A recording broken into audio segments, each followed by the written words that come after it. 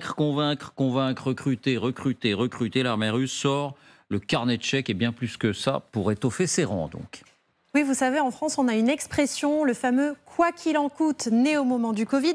Eh bien, on peut dire que l'armée russe a repris le concept en passant la 5e vitesse. Souvenez-vous, on vous avait montré ce clip diffusé à la télévision russe sur les réseaux sociaux. Mais ce que l'on ignorait, en revanche, c'est les stupéfiantes conditions financières qui sont proposées aux soldats.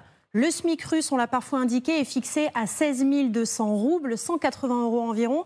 Eh bien, les jeunes recrues, vous le voyez, se voient proposer 195 000 roubles, soit 2 160 € pour ceux qui s'engagent pour un contrat militaire d'1 an. Autrement dit, ils recevront 12 fois le SMIC russe. Ça, c'est le salaire de base. Et ensuite, il y a les primes de performance, comme dit le ministère, plus 8 000 roubles, 90 € pour chaque jour de participation à une opération offensive active. En clair, être en première ligne. Et bien plus étonnant encore, vous le voyez ici, plus 50 000 roubles, 550 €, 3 fois le SMIC russe pour chaque kilomètre gagné contre l'ennemi, ou vous le voyez également ici pour chaque destruction d'un dépôt d'armes ou d'un équipement militaire ukrainien. Dernier avantage mirobolant, entre guillemets, bien qu'un peu sinistre, la prime en cas de dommage au front, plus de 3 millions de roubles en cas de blessure, soit 33 000 €. Et puis, un peu plus cyniquement encore, en cas de mort au front, alors là, c'est jackpot, 4,5 millions de roubles, soit 50 000 € de dédommagement pour la famille. C'est l'équivalent, écoutez bien, de 23 années de SMIC russe. Ça, c'est le dédommagement de l'État russe. Mais en plus de cela, chaque ville peut y aller de sa prime. Ainsi, vous le voyez, Moscou propose un bonus de 3 millions de roubles pour chaque famille moscovite qui perdrait un proche au front. Et là, c'est l'équivalent de 15 années de SMIC russe. Attention tout de même, ces offres hors normes ne s'adressent qu'aux engagés volontaires, ni les mobilisés, ni les conscrits ne sont concernés. On imagine d'ailleurs, côte à côte, les mobilisés qui doivent toucher certes une solde convenable, enfin loin de 12 fois le SMIC, on imagine les tensions que ça pourrait créer. Et ça ne s'arrête pas là. Parce que comme les bonimenteurs dans les foires, il y a aussi les avantages en nature qui sont proposés. Venez, bonnes gens. Oui, ça c'est l'autre argument de vente, entre guillemets, de l'armée russe. Les avantages pour les proches. Pour les parents âgés d'un soldat, la ville de Moscou propose des soins à domicile pour les femmes de soldats, une aide à la garde d'enfants avec des places gratuites en crèche, une école proche de la maison, une aide à la recherche d'emploi.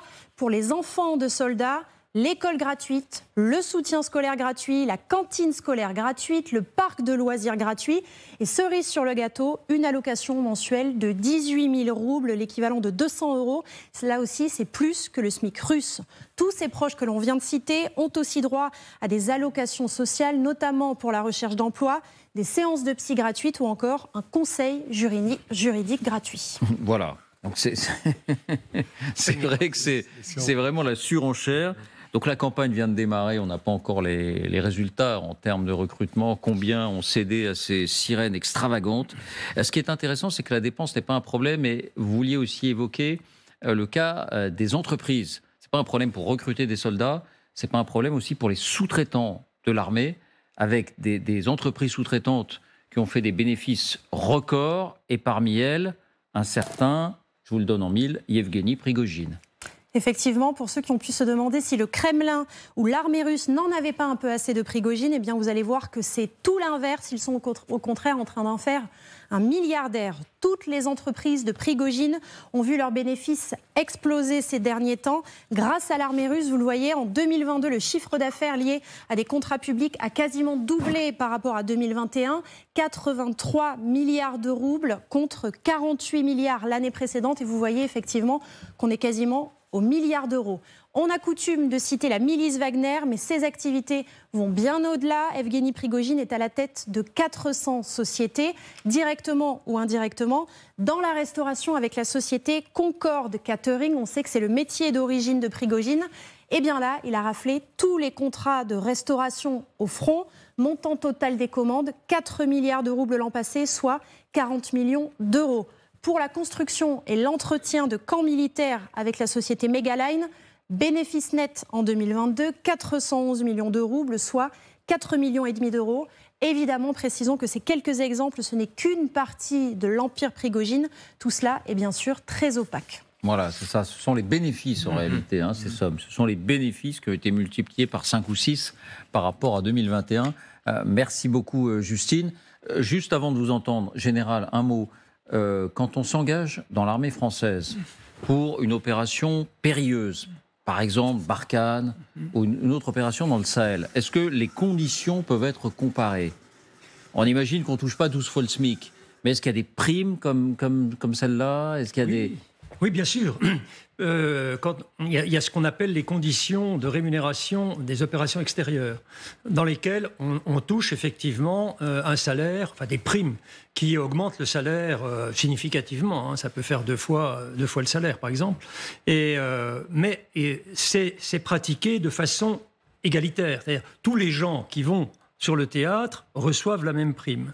On n'a pas ces exceptions ou ce système à plusieurs étages dans lequel... Imaginez un petit peu le problème, parce que le problème d'une unité militaire, c'est avant tout sa cohésion, c'est-à-dire les liens entre les soldats. Les soldats doivent s'appuyer les uns les autres, ils doivent se sauver la vie les uns aux autres.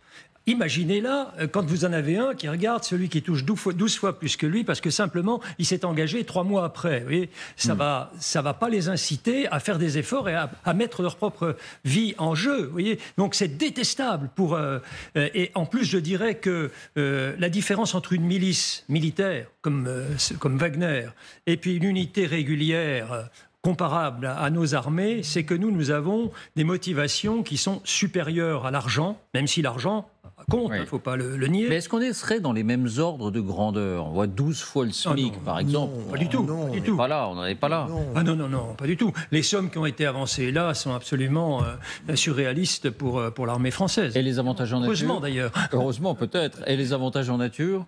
Les avantages en nature, il n'y en a pas. Je crois que pour les familles, à l'époque où j'étais chef de corps, c'est mon épouse qui, de façon assez bénévole, s'occupait des épouses et des compagnes de mes officiers, sous-officiers et engagés qui étaient partis sur le terrain, en faisant des réunions, en étant à l'écoute les unes des autres. Voilà comment ça se passait. Donc là, on est dans l'extravagant. On est dans l'extravagance, là, complètement.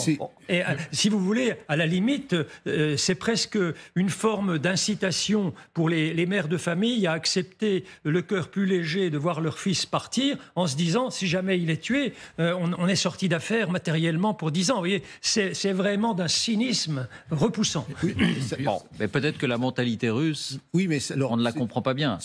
Oui, alors, c'est vrai qu'il y a toujours ce qu'on appelle des primes de risque. Le général parlait dans le domaine secteur militaire. Quand vous partez à l'expatriation, vous avez effectivement des primes de risque. Tout ça est catalogué, précis. Ce qui est la conséquence que l'on doit y voir, c'est que Poutine est à ce point acculé parce qu'il n'a visiblement pas assez de gens pour pouvoir combattre, que là voilà, c'est vraiment on sort le carnet de chèques. C'est vraiment open bar, comme on dit en bon français. Open bar, parce que c'est ça qu'il faut que ça doit que nous devons être attentifs à cela, c'est que effectivement cette guerre qui devait être faite rapidement, où on disait que tous les Russes iraient se lèveraient comme d'un seul homme parce qu'il s'agissait d'aller récupérer l'Ukraine qui était russe et vers nos frères russes, etc.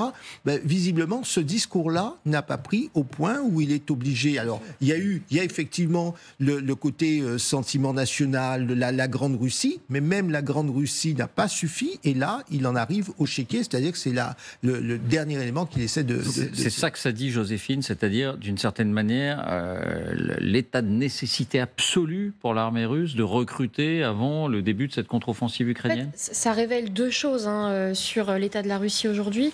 Première, c'est un peu l'exploitation de la misère quand même, parce que quand on sait à qui cette politique-là s'adresse, c'est les personnes les plus vulnérables, les provinces, d'abord les provinces les plus reculées qui souffrent économiquement, et donc c'est des personnes qui n'ont rien, ont peu et ont des besoins économiques forts. Et donc forcément, là on est dans un cynisme terrible, comme vous disiez, la mère de famille ou l'épouse qui doit finalement faire un choix entre garder sa famille ensemble, unie, ou avoir des conditions de vie relativement meilleures. Mais la deuxième chose que ça révèle, c'est les limites de l'exercice de Vladimir Poutine, puisqu'il n'a pas déclaré la guerre. qu'on est toujours dans le cadre d'une opération spéciale. Il n'y a pas donc de conscription générale qui permettrait, sans conditions particulières ou prime de risque ou autre, d'envoyer tous les hommes entre tel âge et tel âge au front. Donc là, il est face à ses propres limites. Il faut qu'il arrive à convaincre. Pour convaincre, l'argument économique est mis en avant, et comme ça a été dit par le général, il n'essaie pas simplement de convaincre les hommes qui pourraient être amenés à aller au front, mais aussi tout leur entourage. Mais s'il ne le fait pas, s'il ne déclare pas la guerre, s'il ne déclare pas donc la mobilisation générale, est-ce que ça n'est pas justement parce que cette société russe reste en état de tension qu'elle ne le supporterait peut-être pas et que ça mettrait, lui, sa survie politique en danger? Est-ce qu'on est toujours sur ces mêmes raisons? En tout cas, c'est une des raisons possibles. Il y a une raison qui est celle de la déstabilisation que ça pourrait provoquer en interne et donc des conséquences politiques pour Vladimir Poutine, et aussi probablement vis-à-vis de l'extérieur, puisqu'encore une fois, il essaye de garder une posture qui est celle de dire on n'a pas besoin de déclarer la guerre, on n'a pas besoin de cette conscription. On est suffisamment fort et puissant pour battre les Ukrainiens à moyens constants. Mais on voit bien quand même que ce n'est pas le cas. Et donc, il cherche d'autres biais. Mais est-ce que ça va suffire? Et est-ce qu'à un moment donné, en fonction aussi de la contre-offensive qui aura lieu à un moment, est-ce qu'il ne va pas devoir quand même recourir à la mobilisation générale? Vincent, on se souvient qu'il y a 3 ou 4 mois, lorsqu'une mère perdait son fils soldat tué au front, on lui offrait un manteau de fourrure. On va revoir ces images dans quelques instants. Nous, ça nous paraissait assez incroyable, mais on offrait des manteaux de fourrure, ou on offrait, je crois, des aspirateurs aussi, des choses comme ça. Aujourd'hui, on offre donc, j'ai plus les chiffres que nous donnait Justine, mais on offre 4,5 millions de roubles, ce qui fait 23 années de SMIC. Donc, ce changement d'échelle complet, est-ce que ça signifie précisément qu'on est à l'os, qu'on a besoin de gens à tout prix? Outre les manteaux de vison que vous mentionnez à l'instant, dont certains, à l'évidence, avaient été récupérés après le tournage de la vidéo.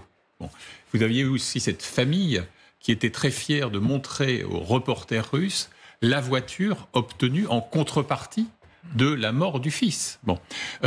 Cynisme, un constat. Le marché de la chair à canon est hautement concurrentiel.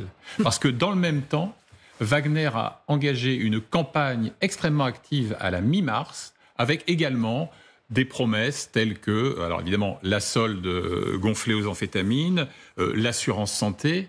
Il manque plus que la convention obsèques à prix cassé. À mon avis, ce serait d'ailleurs plus judicieux. Donc ça nous dit quoi? Ça nous dit que pendant la rivalité entre Prigojine et les institutions fédérales, le business continue, et y compris auprès de Prigojine. C'est-à-dire que vous avez une entité qui n'a pas d'existence légale en Russie, la société militaire privée Wagner, qui est maintenant traitée avec les égards dus à un partenaire. Et par rapport aux Russes eux-mêmes, maintenant, la Russie a ses malgré nous. Vous avez des jeunes qui sont mobilisés ou qui sont des contractuels, qui croient avoir signé pour l'armée de la Fédération de Russie et qui se retrouvent envoyés aux portes de Barmout, au casse-pipe, sans avoir été nécessairement formés. Et la distorsion, je termine là-dessus, la distorsion entre les uns et les autres, la prime au kilomètre que vous évoquiez tout à l'heure, David, ça pose tellement de problèmes que vous avez le patron de Russie Unie, le parti inféodé à Vladimir Poutine, qui vient d'émettre une proposition qui a été approuvée par le Kremlin, qui est celle d'une harmonisation des soldes, quelle que soit votre proximité du feu et quel que soit votre statut.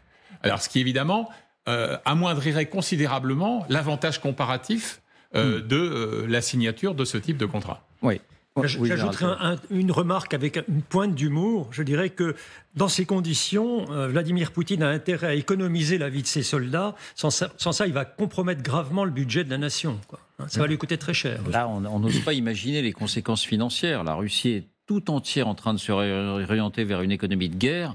Mais là, je pense qu'on n'en est plus à compter les roubles. Mais c'est vrai que le rouble avait atteint son niveau le plus bas il y a quelques semaines. Là, voilà cette image des mamans de soldats posant effectivement avec... alors peut-être qu'elles étaient un peu contraintes de le faire, mais posant, non pas tout sourire, mais presque, avec ses manteaux de fourrure.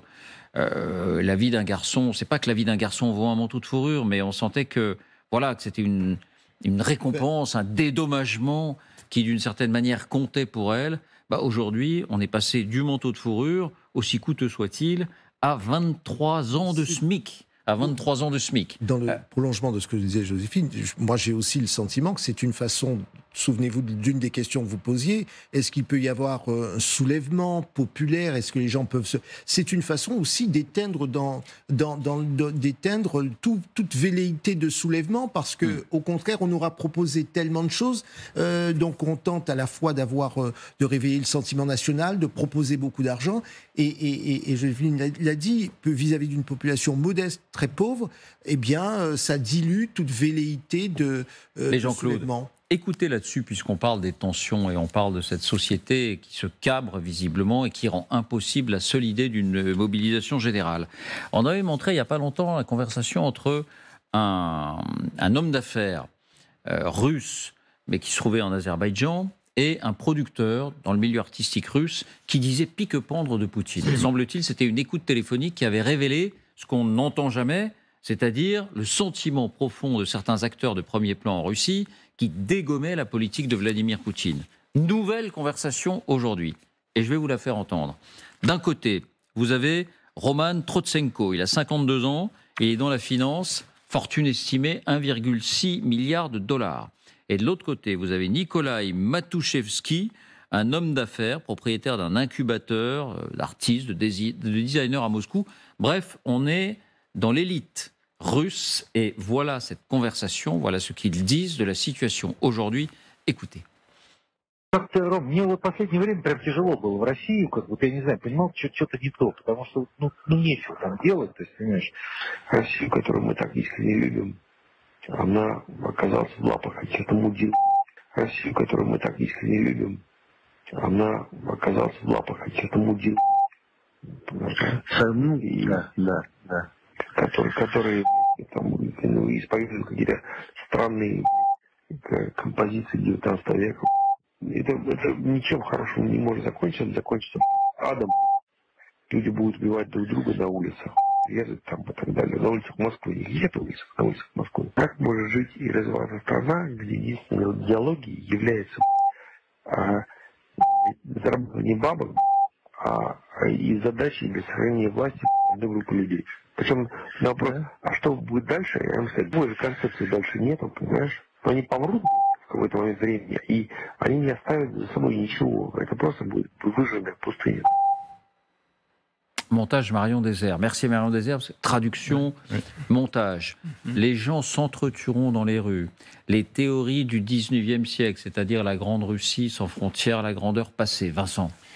D'après les informations recoupées, l'échange dont on vient d'entendre un extrait aurait eu lieu au début du mois de janvier de cette année. Moi, ce qui m'a frappé le plus, je suis allé simplement revoir mes notes inspirées par l'autre échange, celui entre le producteur de musique établi à Dubaï, un certain Yossif Prigogine, rien à voir avec l'autre, et puis donc cet homme d'affaires établi à Bakou. Et vous avez exactement les mêmes points forts. À l'époque, eux disent Poutine, Satan. C'est une mauviette, bon, complexe, etc. etc. Il nous a tous niqués, pardon pour la trivialité du propos. Il sera tenu pour responsable et devra rendre des comptes. Et il prédisait une guerre fratricide. Et vous retrouvez exactement la même thématique. Et il y a une identité parfaite également sur le thème, ça se terminait ainsi. L'un des deux incitait son ami à liquider ses actifs partout, en Russie, à Londres, en Suisse, que sais-je, pour venir le rejoindre et faire du business à Dubaï. Là, cette fois-ci, on parle non pas de Dubaï, mais de Bali. Parce que l'un des deux doit une partie de sa fortune et ses investissements en Indonésie. Il lui dit, mais laisse tout tomber, viens ici, tu vas voir, on multiplie tous les chiffres par 10 en 10 ans. Ici, en Russie, on diminue tous les ans par 2 notre fortune, etc. Donc vous avez une sorte de... Alors, est-ce qu'on peut en tirer une conclusion d'ensemble? Est-ce que c'est le début d'une sorte de débandade des oligarques? Non, on se calme. D'abord, ceux-là sont un peu à l'abri de leur expatriation, pour certains d'entre eux. Bon. Ensuite, pourquoi ça sort? On se souvient qu'à l'époque de l'autre tandem, on avait évoqué l'hypothèse que c'était le FSB lui-même qui avait permis la sortie de... Règlement de compte. Voilà, exactement. Bon. Donc n'en tirons pas de conclusion outrancière, mais que quand même des gens qui se parlent au téléphone, qui savent qu'il y a à peu près 2 chances sur 2 qu'ils soient écoutés, se permettent... À ce point-là. Ah bah, oui, écoutez, quand même, quand on est dans le système, on est quand même très bien informé sur la vulnérabilité. Parce que là, aujourd'hui, ces deux hommes, ils ont été interrogés et ils sont embarrassés. Ils disent, c'est pas nous, c'est l'intelligence artificielle, on a fabriqué avec nos voix, etc. Bon, peut-être que le FSB est à ce point qualifié technologiquement pour refaire. La première fois, l'un des deux avait dit mais non, mais tout ça, c'est absolument contrefait.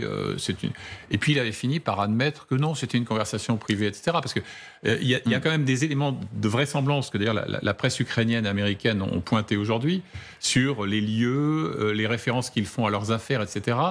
Si ça, c'est une construction, alors on doit tous se prosterner devant l'intelligence artificielle. Joséphine, la question qu'on se pose quand on entend ça, c'est à quel point la Russie du silence, cette Russie un peu impénétrable, parce qu'encore une fois, on sait que les sondages, même réalisés par des instituts indépendants, quand on est interrogé par téléphone, on ne va pas dire « je désapprouve l'action de Vladimir Poutine ». On voit ce qui se passe en ce moment, on prend 7 ans de prison pour une allusion déplacée dans un cadre privé. Donc c'est à quel point ça nous révèle quelque chose de cette Russie qu'on n'entend pas, mais qui se dit le mur arrive et à toute vitesse. Alors, il faut faire attention parce que je pense qu'il ne faut pas faire un amalgame entre ces personnes qu'on entend qui sont des personnes richissimes, des oligarques, qui n'ont absolument rien à voir avec le peuple russe dont on parlait juste avant, qui vit pour certains dans une grande misère.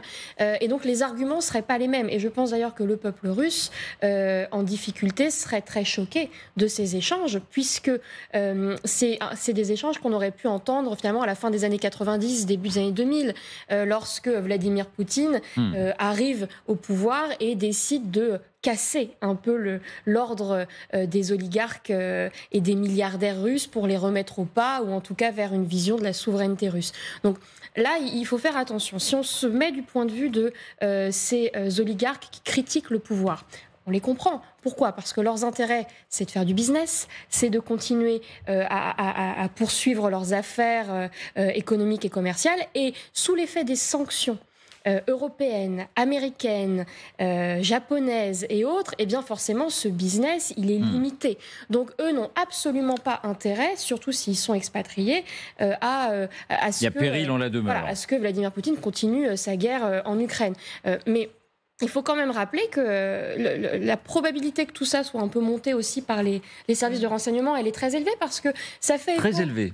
Elle est élevée, en tout cas, parce que ça fait écho à plusieurs discours de Vladimir Poutine, notamment au tout début de l'invasion de l'Ukraine, lorsqu'il disait qu'il allait traquer les traîtres à la nation russe. Et ces traîtres, il les identifiait très bien. C'était l'élite russe qui quittait le navire, qui quittait la Russie, qui mettait ses actifs ailleurs pour échapper justement aux sanctions. Et c'est peut-être à mettre en lien avec ces disparitions régulières. Il y en a eu 2 encore récemment de personnes qui perdent l'équilibre malheureusement au bord de l'escalier ou en s'approchant trop près de la fenêtre. Juste un point sur cette diffusion, c'est qu'il ne nous aura pas échappé, tout comme la conversation précédente, qu'il s'agit à chaque fois de gens qui ont des intérêts avec l'activité économique à l'extérieur. Novaporte, justement, la gestion des aéroports.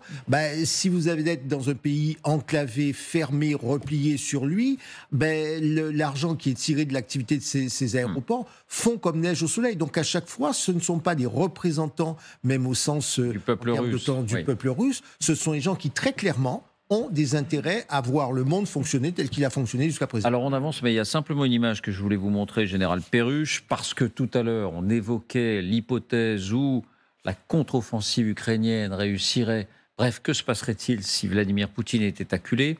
Et voilà l'image que nous recevons. La Russie avait annoncé qu'elle allait transférer des armes nucléaires en Biélorussie.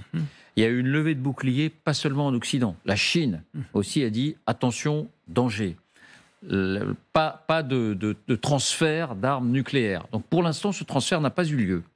Il n'a pas eu lieu, mais le transfert de vecteurs a eu lieu et ces images nous montrent des soldats biélorusses en train de s'entraîner avec le fameux missile Iskander, qui serait l'un des vecteurs possibles de bombardement nucléaire. Alors est-ce qu'on est encore une fois dans cette petite stratégie de la tension où régulièrement la Russie met une bûche dans l'atrium pour entretenir la peur, et notamment auprès des opinions occidentales. Mais cet entraînement, il a eu lieu. Oui, pour moi, la réponse est clairement oui. On est toujours dans le chantage, si vous voulez, et la tendance à rendre crédible l'hypothèse nucléaire, renforcée d'ailleurs, je crois, hier ou aujourd'hui par la déclaration Medvedev, qui lui aussi a réagité. Un habitué. Voilà, un habitué qui a réagité la menace d'une troisième guerre mondiale, etc. Donc on est toujours dans ce schéma-là. Ce que disait l'autre jour un représentant américain